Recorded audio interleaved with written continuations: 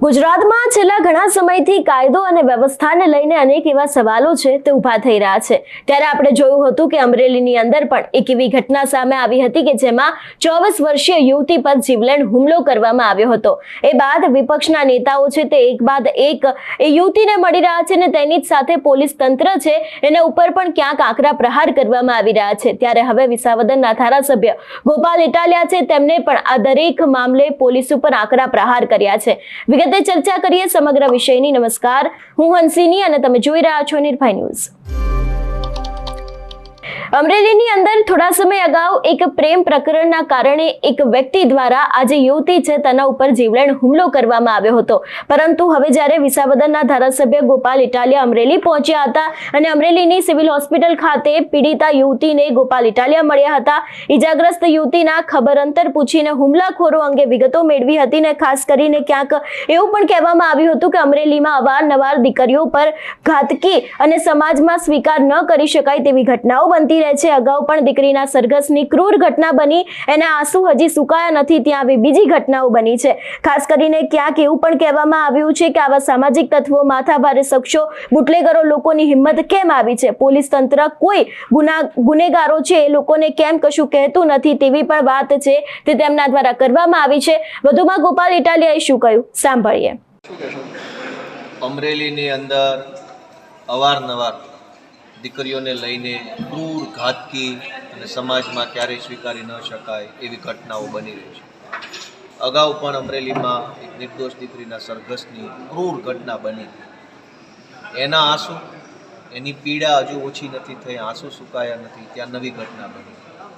અમરેલીની બજારમાં 4 લુખા લફંગાઓએ એક નિર્દોષ દીકરીને મારી નાખવા માટે થઈ અને છરા માર્યા, હાથમાં, પગમાં, ગળે અનેક જગ્યાએ છરા મારી નાખવાની કોશિશ કરી।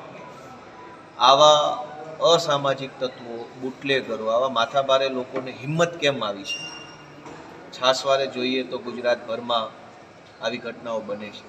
આ માણસોના હાથમાં એટલી હિંમત કેમ આવી જાય છે કે કોઈને છરો મારી દેવા માટેની કોશિશ કરી લે છે? કારણ કે એ જોવે છે કે પોલીસ તંત્ર કોઈ ગુનેગારનું કશું જ કરી લેતું નથી।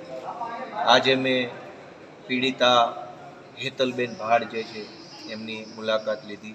એમને ખૂબ ઈજા થઈ છે। નાનો અને ગરીબ પરિવાર છે, ખેતી મજૂરી કરી, નાનું મોટું કામકાજ કરી અને ગુજરાન ચલાવતા પરિવાર સાથે આવી ક્રૂર ઘટના બને એ માનસિક આઘાત લાગે એનો। પરિવાર આ આઘાતમાંથી બહાર આવવામાં વર્ષો લાગી જતા હોય છે। શારીરિક ઈજાઓ મટી જાય છે પણ મનની ઈજા મટે નહીં। કોઈ પરિવારની દીકરી સાથે આવી ઘટના બને કે જેમાં લફંગાઓ કશું જ વાતમાં કંઈ હોય નહીં અને દીકરીને માત્ર પરેશાન કરવા માટે થઈ આવી ઘટના કરે એ નિંદનીય છે। સૌથી વધુ ખરાબ બાબત એ છે કે જે ક્રૂર માનસિકતાના હોય, અસામાજિક તત્વો હોય, લફંગાઓ હોય, એના મોઢા તો આખા ગુજરાતને બતાવવા જોઈએ કે કાળા કામના કરનારા કોણ છે। પણ અહીંના રાજકારણીઓ અને અહીંની પોલીસે જાણે કે જમાઈ હોય એમ ગુંડાઓને મોઢા હાંટી દીધા છે। પોતાના જમાઈનું મોઢું ગામને બતાવવા ન માગતા હોય એવી રીતે આરોપીના મોઢા સંતાડી, કાળા કપડા પાછળ છુપાવી અને એ આરોપીના કયા નેતા સાથે ફોટા છે, કયા નેતા સાથે બેઠક ઉઠકના સંબંધ છે એ લોકોને જાણ ન થાય એટલે નેતા અને પોલીસ બંને કાળા કામ કરનારાનું મોઢું સંતાડે છે। શું કામ સંતાડવું જોઈએ? જેણે કાળા કામ કર્યા છે એનો ચહેરો તો આખા ગુજરાતને બતાવવો જોઈએ કે જો આ લોકોએ કાળા ધંધા કર્યા છે। પણ ક્રૂરતાની હદ જુઓ, અસંવેદનશીલતાની હદ જુઓ કે કાળા ધંધા કરનારાને કાળી ટોપી પહેરાવીને લઈ જાય જેથી કરીને કોઈને ખ્યાલ ના આવી જાય કે આ કોનો માણસ છે, આ કોની સાથે જોડાયેલો માણસ છે। જો નેતાઓ અને પોલીસ બંને ભેગા મળી અને ગુંડાઓને અને અસામાજિક તત્વોને આવી રીતે છાવરે તો ગુંડાની હિંમત વધવાની છે, લફંગાઓની હિંમત વધવાની છે। જે લોકોએ હજુ ક્રાઇમ નથી કર્યો, જે લોકો કોઈની બેન દીકરીની પાછળ ખરાબ નજર કરે છે પણ હજુ છરો નથી માર્યો, એવા લફંગાઓ પણ જોઈ રહ્યા છે કે આમને પોલીસ જમાઈની જેમ હાંચવે છે તો અમને હાંચવશે, એટલે એ ક્રિમિનલોની, એ અસામાજિક તત્વોની હિંમત વધવાની છે। આવા ક્રિમિનલો, દીકરીનું સરઘસ નીકળ્યું પણ આવા લફંગાઓને તો હાંચવવામાં આવે છે। તો સમાજ જોઈ રહ્યો છે કે એક નિર્દોષ દીકરીનું આજ અમરેલીની બજારમાં સરઘસ નીકળ્યું પણ આ લફંગાઓને કેમ મોઢું હંતાડવામાં આવે છે? કોના કહેવાથી મોઢા હંતાડો છો? કાળા કામ કર્યા છે, બતાવો મોઢું કે કોણે કાળા કામ કર્યા છે. એટલે મારી એટલી વિનંતી છે કે કાળા કામ કરનારાઓને, અસામાજિક તત્વોને, લફંગાઓને આવી રીતે છાવરવાની કોશિશ નેતા કે પોલીસે કરવી જોઈએ નહીં. આવા લોકોને ઉઘાડા પાડવાની જવાબદારી તો પોલીસની છે, નેતાની છે. સમાજને પણ અમે વિનંતી કરીએ છીએ કે આવા ધંધા કરનારા કોઈ વ્યક્તિઓ હોય તો એની વહેલી તકે જાણ આગેવાનોને, પોલીસને, કે જ્યાં તમારે સમાજના વડીલો એને વહેલી તકે કરવી જોઈએ. કેમ કે ઘણીવાર મોડી જાણ થાય ત્યાં સુધીમાં તો લફંગાઓ ખૂબ આગળ વધી ચૂક્યા હોય છે. શરૂઆતમાં સમાજ કે કુટુંબ સહન કરે કે અમારે કોઈ નથી કહેવું. ત્યાં સુધીમાં તો પેલા લફંગાઓની હિંમત ખૂબ વધી ગઈ હોય છે. આ ઘટનામાં પણ એવું થયું. 10 દિવસ સુધી દીકરીને પરેશાન કરવામાં આવી. નાનું કુટુંબ હતો, નાનો પરિવાર છે, એટલે એમણે સહન કર્યું કે આપણે કંઈક બોલશું તો આપણી દીકરીને તકલીફ પડશે. એટલે સહન કર્યું એટલે આ ગુંડા તત્વોની હિંમત વધી ગઈ.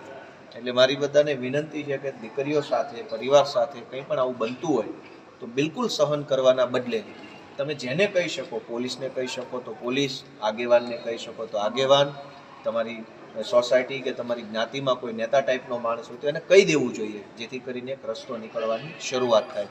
કોઈ વાતને સહન કરી લેવાથી કે એ વાતને ચલાવી લેવાથી એનો અંત નથી આવતો. કોકને કહેવું પડશે તો જ અંત આવે છે. આજે દીકરીની ખબર અંતર પૂછી છે, તબિયત સારી છે એમની.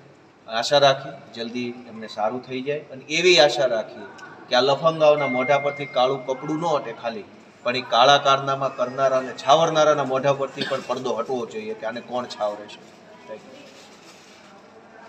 એટલે ખાસ કરીને જે રીતે ગોપાલ ઇટાલિયાએ સીધા પ્રહારો છે તે પોલીસ ઉપર કર્યા છે, અને તેમના દ્વારા પણ કહેવામાં આવ્યું છે કે દીકરીને પરેશાન કરવામાં આવે. આવી જે ઘટનાઓ બની રહી છે તે ગુજરાતમાં દિવસે ને દિવસે વધી રહી છે. રાજકારણીઓ અને પોલીસ જાણે જમાઈ હોય તેમ મોઢા સંતાડે છે, અને મોઢા એટલા માટે સંતાડે છે કે નેતાઓ સાથેના ફોટા વાયરલ થઈ જાય તો ખબર પડે, એટલે પોલીસ કાળા કપડા પાછળ છુપાવે છે. એવા પણ ક્યાંક આક્ષેપો છે તે ગોપાલ ઇટાલિયા દ્વારા મૂકવામાં આવ્યા છે.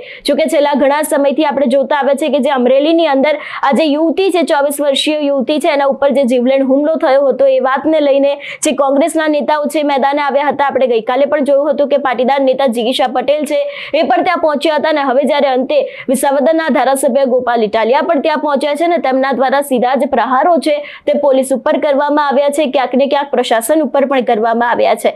તમારું શું માનવું છે આ વિષયને લઈને અમને કમેન્ટ કરીને ચોક્કસથી જણાવજો. તેની સાથે અમારી ચેનલ નિર્ભય ન્યૂઝને લાઇક, શેર અને સબસ્ક્રાઇબ કરવાનું ભૂલશો નહીં. નમસ્કાર.